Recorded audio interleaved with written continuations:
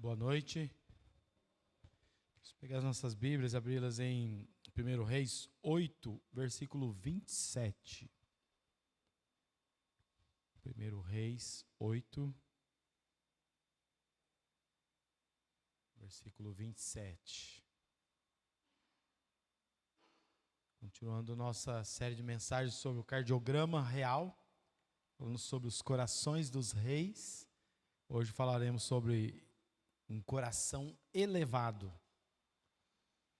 Eis que até os céus e o céu dos céus não podem conter, quanto menos esta casa que eu edifiquei. Senhor Deus, agradecemos por esse momento que podemos louvar o Teu santo nome e podemos agora também meditar na Tua palavra, que nos ajuda a sondar os nossos corações.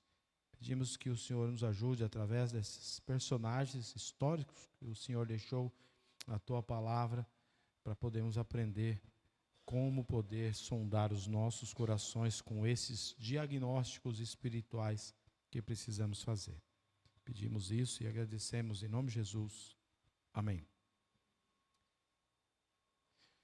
Vimos na mensagem passada o coração cheio de discernimento, que é mais do que uma mente que pensa corretamente. É uma vida que escolhe corretamente. Então, não é simplesmente ter discernimento, mas tem que saber o tempo todo escolher corretamente. E é exatamente isso que vemos nos passos seguintes da história de Salomão. Tendo recebido de Deus um coração sábio, ele transformou a sabedoria em obra, em ação. Não ficou só com ele. Aquilo que começou como um pedido humilde, dá ao teu servo um coração cheio de discernimento, não foi um pedido da boca para fora. Porque às vezes pedimos coisas, queremos coisas, mas não queremos fazer as coisas que estamos falando ou almejando. Então nós vemos na atitude, na história de Salomão, que ele realmente queria um coração sábio para poder executar as obras como um rei. Então a sabedoria, no caso de Salomão, se tornou em coisas visíveis, palpáveis e estruturadas, de uma forma que nós, seres humanos, podemos avaliar. Ele começou a reinar com planejamento, com organização e boa administração. Essas coisas fortalecem e ajudam a expandir em qualquer área, até na área familiar. Né? Se temos um planejamento, somos organizados e administramos bem, isso vai ajudar a sermos mais fortes no que nós temos e a crescermos. A liderança dele não foi apenas espiritual, mas também foi uma liderança política, uma liderança econômica e, inclusive, cultural.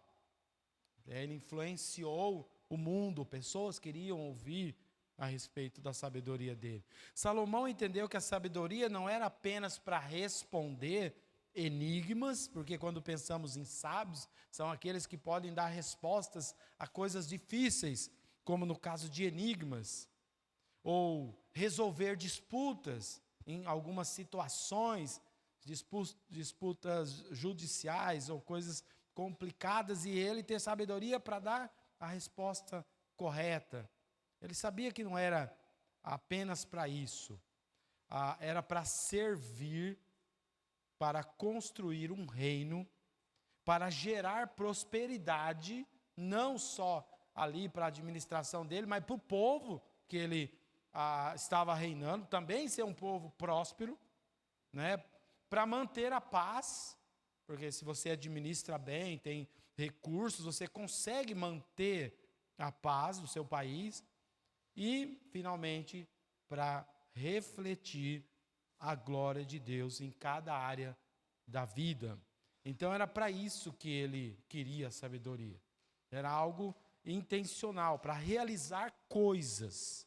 Não adianta nada você ser sábio e não realizar nada principalmente em prol dos outros e para a glória de Deus. Assim como o coração que outrora se curvou em oração, pedindo entendimento, agora ele se eleva. Então, isso aqui nós temos um contraste. Um coração que se curvou, que se humilhou. E logo depois disso, a próxima mensagem, um coração que se eleva. Aí você pensa, soberba, veio o dinheiro, o poder, automaticamente ficou com um coração altivo, elevado. Mas não é nesse sentido que eu quero falar hoje. Ele teve um coração que se eleva, não no sentido da soberba, mas no sentido bom, no sentido de buscar realização, realizar com excelência aquilo que Deus colocou em suas mãos.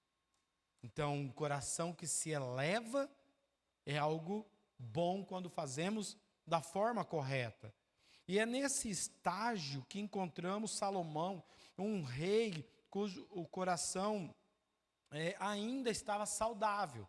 Porque quando estamos fazendo o diagnóstico, em alguns pontos percebemos um coração ou saudável ou doente, ou adoecendo, ou que pode ficar doente. Mas aqui nós temos um coração ainda saudável.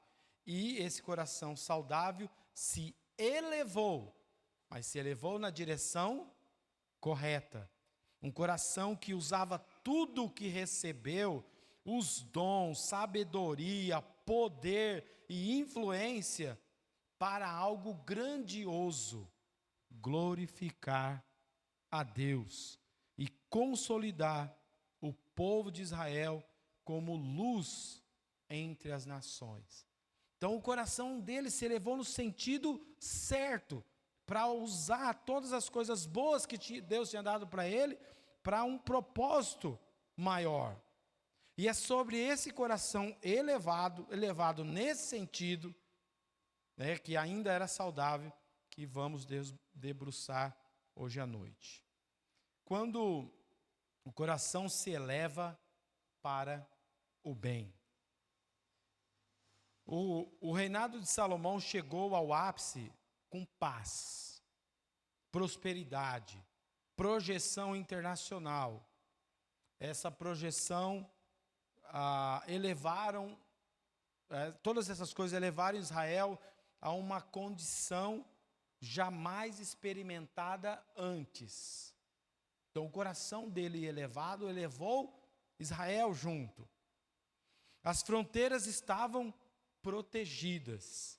O nome de Jerusalém ganhava respeito no mundo inteiro, conhecido da época, no mundo antigo. E o nome de Salomão ecoava entre os povos distantes como sinônimo de sabedoria, de poder e riqueza. Quando falava o rei Salomão, todo mundo pensava no homem mais sábio, mais rico, mais poderoso. Esse cenário, no entanto, não surgiu por um acaso.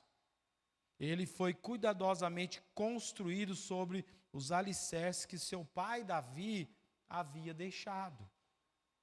Um legado de expansão territorial, unidade nacional e centralidade na adoração a Deus. Mas Salomão, nós sabemos que ele não seguiu os passos de Davi pelos mesmos meios. Davi conquistou tudo através da espada. Davi conquistou tudo através da força. Mas Salomão conquistou muito mais do que Davi através da diplomacia e uma política sofisticada de alianças internacionais. Então Davi conseguiu muito e deixou ali o terreno preparado para ele. Mas Davi conquistou com guerras, com força, com matança. Salomão conseguiu mais ainda sem precisar fazer todas essas coisas. Então nós vemos aí um coração elevado que fez coisas grandiosas sem precisar fazer algumas coisas tão difíceis que às vezes são necessárias. A princípio, e por um longo tempo, o coração de Salomão se manteve saudável. Um coração elevado, sim, mas elevado para os céus, não para si mesmo. Porque o coração elevado pensando em si mesmo é pecaminoso, mas esse era pensando nas coisas do alto, com o propósito correto. Esse tipo de coração elevado nós temos que ter. O auge que ele experimentava não era fruto de vaidade, mas de uma busca sincera por honrar a Deus e consolidar uma nação centrada na presença do Altíssimo. Então, para isso era necessário, para que as pessoas conhecessem, para que percebessem aquilo que eles não conheciam de Deus, era necessário um templo. E aí que veio essa ideia do templo, que não era dele originalmente, o próprio rei Davi tinha pensado nisso também. Então precisava desse templo. Então aí nós temos aí o segundo ponto, o projeto que começou no coração. O projeto do templo, todas aquelas coisas que nós já conhecemos sobre o templo, começou no coração. O templo foi a obra máxima do reinado de Salomão. Não era apenas mais uma construção, era a materialização de um projeto que havia nascido no coração de Davi. Um projeto que começou no coração de Davi e foi o ápice de tudo que Salomão conseguiu fazer, a maior obra de todas. Por quê? Ele tinha um coração elevado, ele tinha um propósito correto e ele foi usado por isso. Sabemos que Deus não quis que Davi construísse o templo, e lá em 1 Crônicas fala isso. Olha que Davi falando ao povo diz: porém Deus me disse, não edificarás casa ao meu nome, porque és homem de guerra e derramaste muito sangue. Foi assim que Davi conquistou e chegou até onde chegou. E ele quis fazer o templo, Deus não, você não vai fazer isso. Mas, em 1 Reis 8:19, nas palavras do próprio Salomão, durante a dedicação do templo, ele diz: todavia não serás tu que edificarás a casa, porém teu filho, que descenderá de ti, esse edificará a casa ao meu nome. Então ele não deixou Davi, mas ele falou que futuramente o filho dele faria. A ideia foi boa, o projeto nasceu no coração dele e Deus permitiu que isso fosse realizado. E assim Salomão não apenas ergueu o templo, ele fez dele um símbolo visível da glória de Deus, da presença e da aliança de Deus com o seu povo. Por isso que nós falamos que as coisas que Salomão fez, que usou a sabedoria para colocar a obra em prática, para trabalhar, é algo que é visível e palpável. O templo é uma prova disso. Cada detalhe do templo carregava um sermão silencioso. O ouro cobrindo as paredes, os querubins esculpidos, a arca da aliança no Santo dos Santos, os pátios, as colunas flamejantes, tudo apontava para a majestade, a santidade e a soberania do Deus que habita os céus, mas que por graça decidiu colocar seu nome em Jerusalém. A oração de dedicação registrada em 1 Reis 8 revela não apenas a grandiosidade do evento, mas também a profundidade espiritual do rei naquele momento. Coração saudável. Nós conseguimos perceber isso através das leituras dessas passagens. Suas palavras são carregadas de reverência, consciência teológica e humildade. Mas será que Deus realmente habitará na terra? Os céus, mesmo os mais altos céus, não podem conter-te, muito menos esse templo que construí. Aqui nós percebemos que Salomão entendia muito bem quem que era Deus e o que é esse mundo, que é insignificante, diante de Deus. Através dessas passagens, nós conseguimos identificar como era o coração dele no momento. Diagnóstico, coração aí saudável ainda.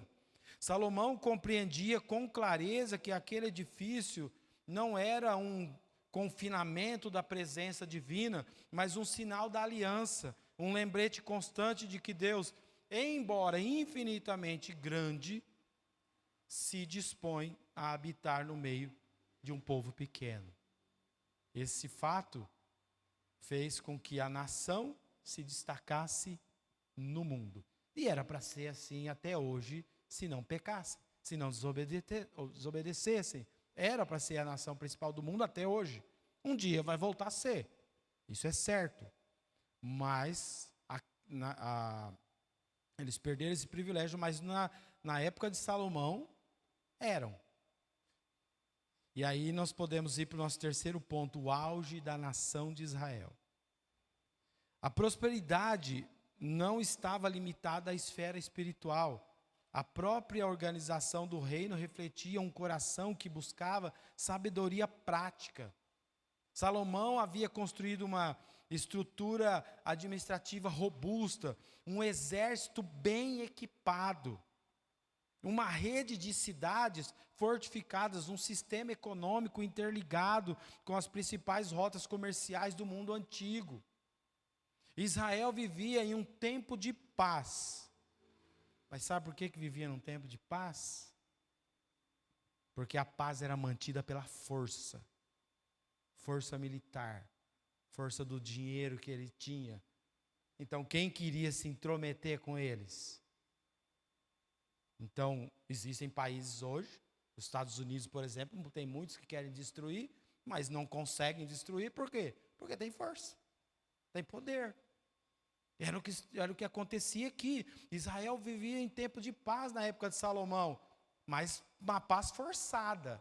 Não é o que vai acontecer no futuro, paz para todos sempre. Não, era porque tinha força, tinha poder, o exército era muito bem preparado e tinha condições para entrar em qualquer batalha e vencer. Salomão sabia que diplomacia sem respaldo militar é frágil. Ele tinha uma diplomacia muito grande, sabia lidar com os outros países. Mas o que adianta se você não tivesse força militar? A qualquer momento, eles podiam se virar e pronto, dominava.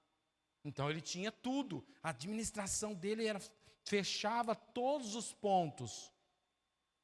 Por isso, investiu pesado na defesa nacional. Estabeleceu arsenais, centros de treinamento, fortalezas e um impressionante corpo de cavalaria. As escavações em antigas cidades de Israel confirmam até hoje o tamanho e a sofisticação do aparato militar salomônico. Então, a própria arqueologia registra que realmente ele tinha todo esse poder que ele conseguiu ali para poder manter a paz enquanto ele reinava. Paralelamente, o rei ampliou as relações internacionais, estabelecendo tratados, acordos comerciais e alianças matrimoniais. Nós sabemos da história dele com relação a isso. Seu casamento com a filha do faraó do Egito não foi uma questão ou um gesto de paixão. De repente ele viu a filha lá do faraó, ela era muito bonita, ficou apaixonado. Vou casar com ela. Não foi um gesto de paixão, mas uma declaração diplomática. O Egito, uma das maiores potências da época, reconhecia a Israel não apenas como um vizinho, mas como um parceiro de peso. Então era bem mais fácil para poder lidar com todas as questões quando você tinha um parceiro de peso. Os negócios floresciam, as caravanas atravessavam desertos, os navios em empreitadas conjuntas com Irão, rei de Tiro, levavam os produtos de Israel para regiões distantes, talvez até a Índia e a costa da África. Hoje nós vemos isso, Por que a China tem crescido muito? Os navios saem de lá espalhando para o mundo inteiro, levando mercadorias. Mas Salomão já fazia isso há muito tempo. Ele tinha esse conhecimento que precisava ter um comércio muito mais amplo, não somente local.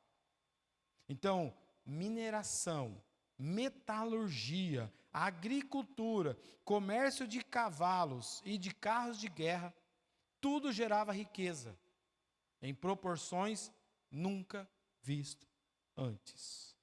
Ele ganhava dinheiro em todos os aspectos, com todas as coisas.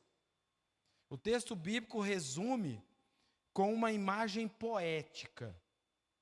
1 Reis 10, 27.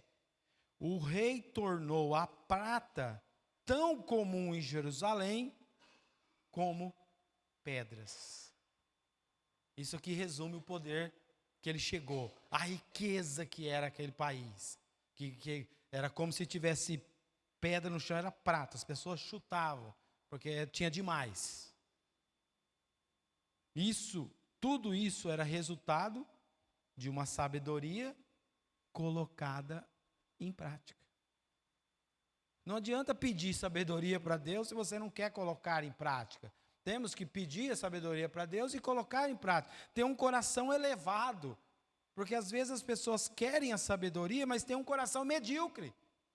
A pessoa não pensa em prosperar, não pensa, né, em glorificar a Deus com essas coisas. Nós não somos daquele tipo de pessoas que ficam pregando prosperidade ao tempo todo e que você tem que ficar rico. Mas, por outro lado, nós vemos na Bíblia exemplos de homens que eram prósperos e tinham o coração correto, porque tinham objetivos corretos. E, obviamente, o nome de Deus era glorificado com tudo isso. Então, pessoas que têm uma mentalidade correta, têm a sabedoria, têm os dons, sabem fazer as coisas, por que não prosperar e glorificar a Deus e ajudar as pessoas ao redor com a riqueza que consegue? Que era o que acontecia com o povo de Israel.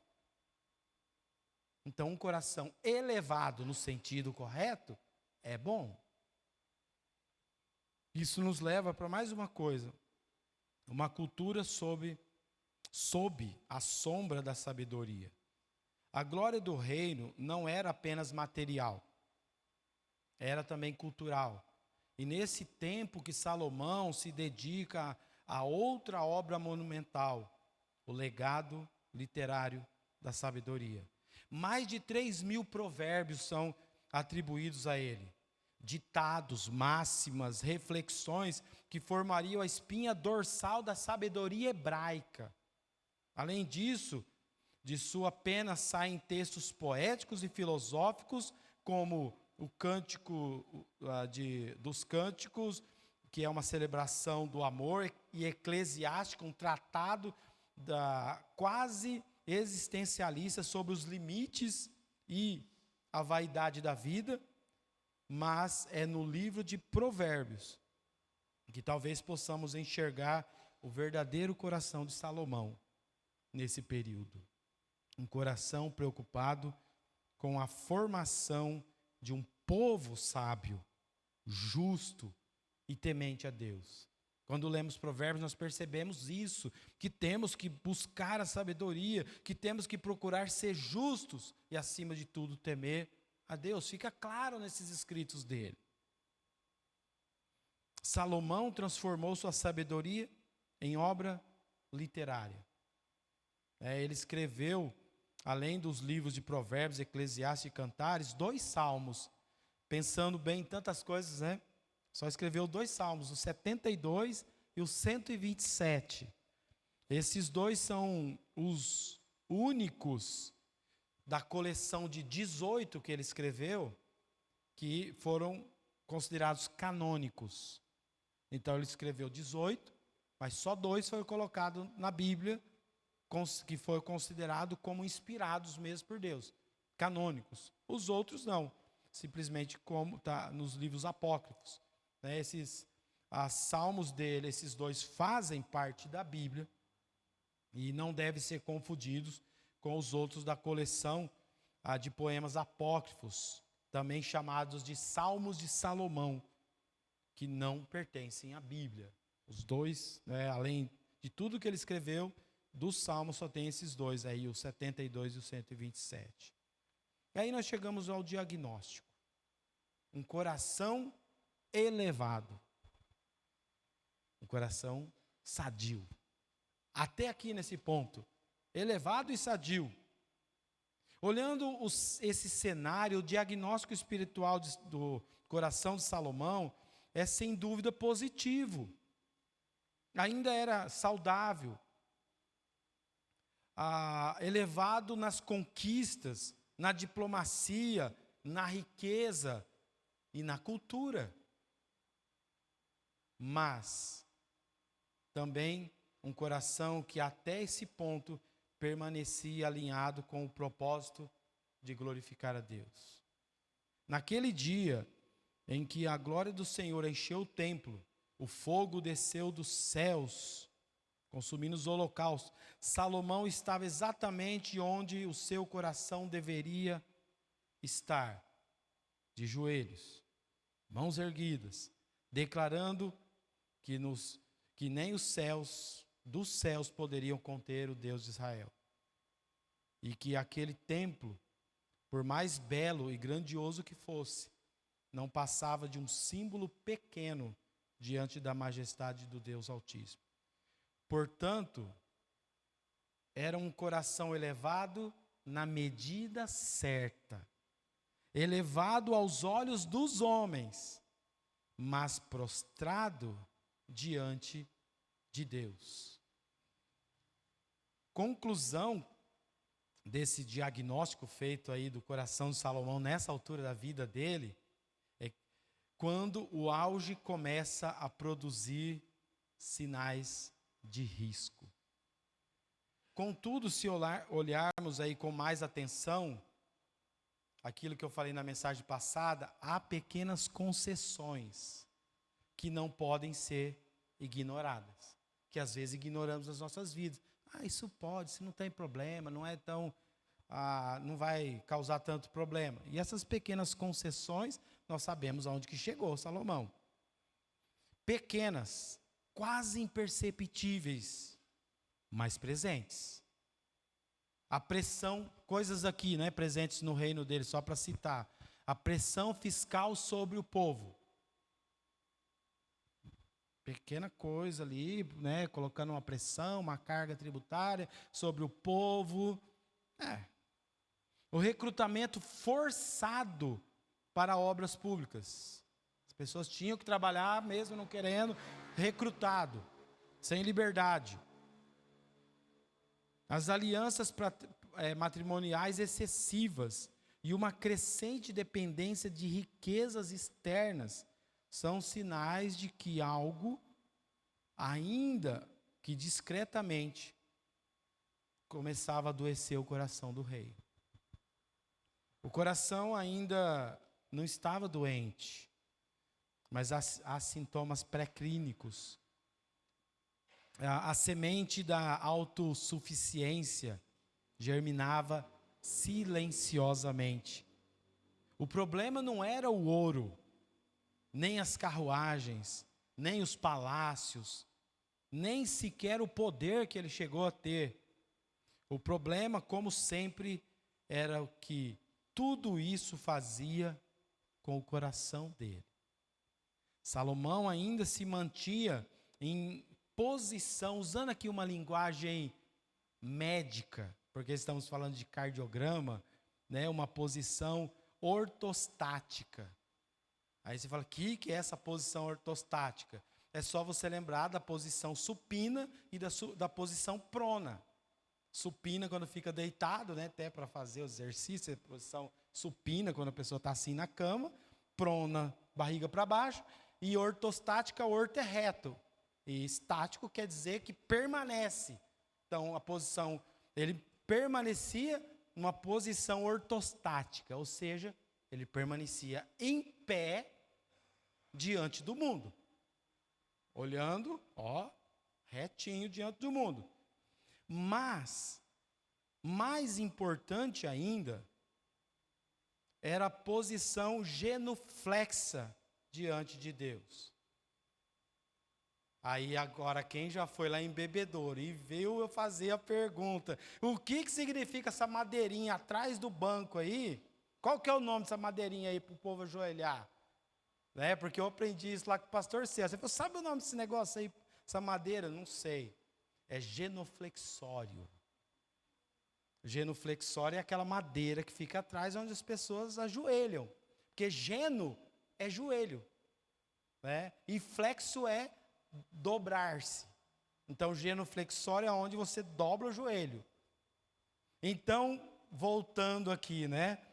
Ele ainda permanecia na posição ortostática diante do mundo, mas encontrava-se numa posição genuflexa diante de Deus. Isso é mais importante, porque para o mundo ele estava ali em pé, tá tudo ótimo, tudo sob controle, mas diante de Deus ele sempre estava ajoelhado, uma posição genuflexa diante de Deus. Contudo, através de um cardiograma espiritual, podemos ver sinais de alerta. Olha os sinais. Há arritmias discretas, tensões latentes, fatores de risco que, se não forem devidamente monitorados e tratados, podem evoluir para um quadro clínico aí de insuficiência espiritual aguda. Tudo termos médicos, né? O coração, antes fortalecido pela dependência do eterno, agora entra em estado de vigilância. Né? O prognóstico dependerá se ele continuará em submissão plena ao Rei dos Reis, ou se iniciará um processo silencioso aí de hipertrofia egóica. Agora complicou mesmo, né? Hipertrofia todo mundo sabe, né? Vai ficar ali sem flexibilidade, vamos dizer assim. Agora, egóica é fácil, é egoísmo. Tem a ver, vem de ego.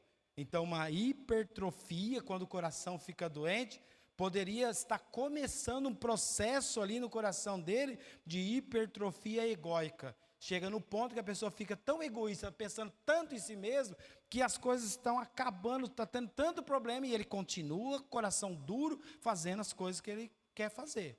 E foi o que aconteceu com ele. A hipertrofia egóica, e que pode acontecer com a gente. Ficar com o coração teimoso ali, e insistindo em coisas erradas. Essa hipertrofia egóica leva progressivamente a um processo de esclerose espiritual, no qual o coração perde sua flexibilidade diante de Deus, torna-se rígido, menos sensível, menos obediente, caminhando rumo à fibrose moral e, por fim, à falência espiritual. Em outras palavras, um coração orgulhoso. Infelizmente, esse foi o diagnóstico de Salomão. Contudo, os registros desse colapso espiritual não estão nas Escrituras para a nossa condenação, mas para a nossa instrução. Não precisamos repetir os mesmos erros. Podemos aprender com sua história, tratar precocemente qualquer sinal de hipertrofia egóica e manter o nosso coração sensível, prostrado e saudável diante de Deus. Esse é o segredo que muitos falam na área da medicina mesmo. Quanto antes você detectar o problema e quanto antes você começar a tratar, mais chance tem de um bom resultado. Agora, se é uma pessoa que já chegou, está com o coração totalmente atrofiado, endurecido, é muito difícil você ajudar essa pessoa. Então é por isso que é importante o diagnóstico. Curiosamente, e de forma profundamente irônica e instrutiva, foi o próprio Salomão quem nos deixou um alerta quando seu coração ainda estava elevado, no melhor sentido que nós estamos vendo aqui. Quando o coração dele estava no melhor sentido, ele deixou registrado: sobre tudo o que se deve guardar, guarda o teu coração, porque dele procede as fontes da vida. É interessante, né? Alguém que sabia, que conhecia, a palavra, conhecia Deus, sabia o que tinha que fazer, tinha o coração elevado na medida certa, deixou registrado o que deveria se fazer com relação ao coração, guardar o coração. Mas aos poucos, ele foi tendo problemas com o coração. Que jamais percamos esse princípio aqui de vista. Que mantenhamos o nosso coração saudável, elevado no bom sentido, humilde e permanentemente alinhado com o Rei dos Reis, não com o Rei do nosso coração, o nosso ego, aquele que quer mandar em tudo, mas com o Rei dos Reis. Que possamos ter esse versículo aí como um alerta para podermos sondar os nossos corações e não cometer os mesmos erros que nós vamos ver nas próximas mensagens que Salomão cometeu. Senhor Deus, mais uma vez agradecemos que a Tua palavra é tão clara com relação ao coração desses homens que começaram bem e falharam. Alguns se arrependeram, outros não, mas sempre vemos lições importantes que podemos tirar para as nossas vidas, para não cometermos os mesmos erros. Como a Tua própria palavra diz, que os sábios aprendem com os erros dos outros. E os tolos não, eles continuam. Mesmo vendo que as pessoas estão errando, não aprendem, continuam errando. Que tenhamos corações sábios, elevados, para glorificar o Teu santo nome. Em nome de Jesus que oramos e agradecemos. Amém.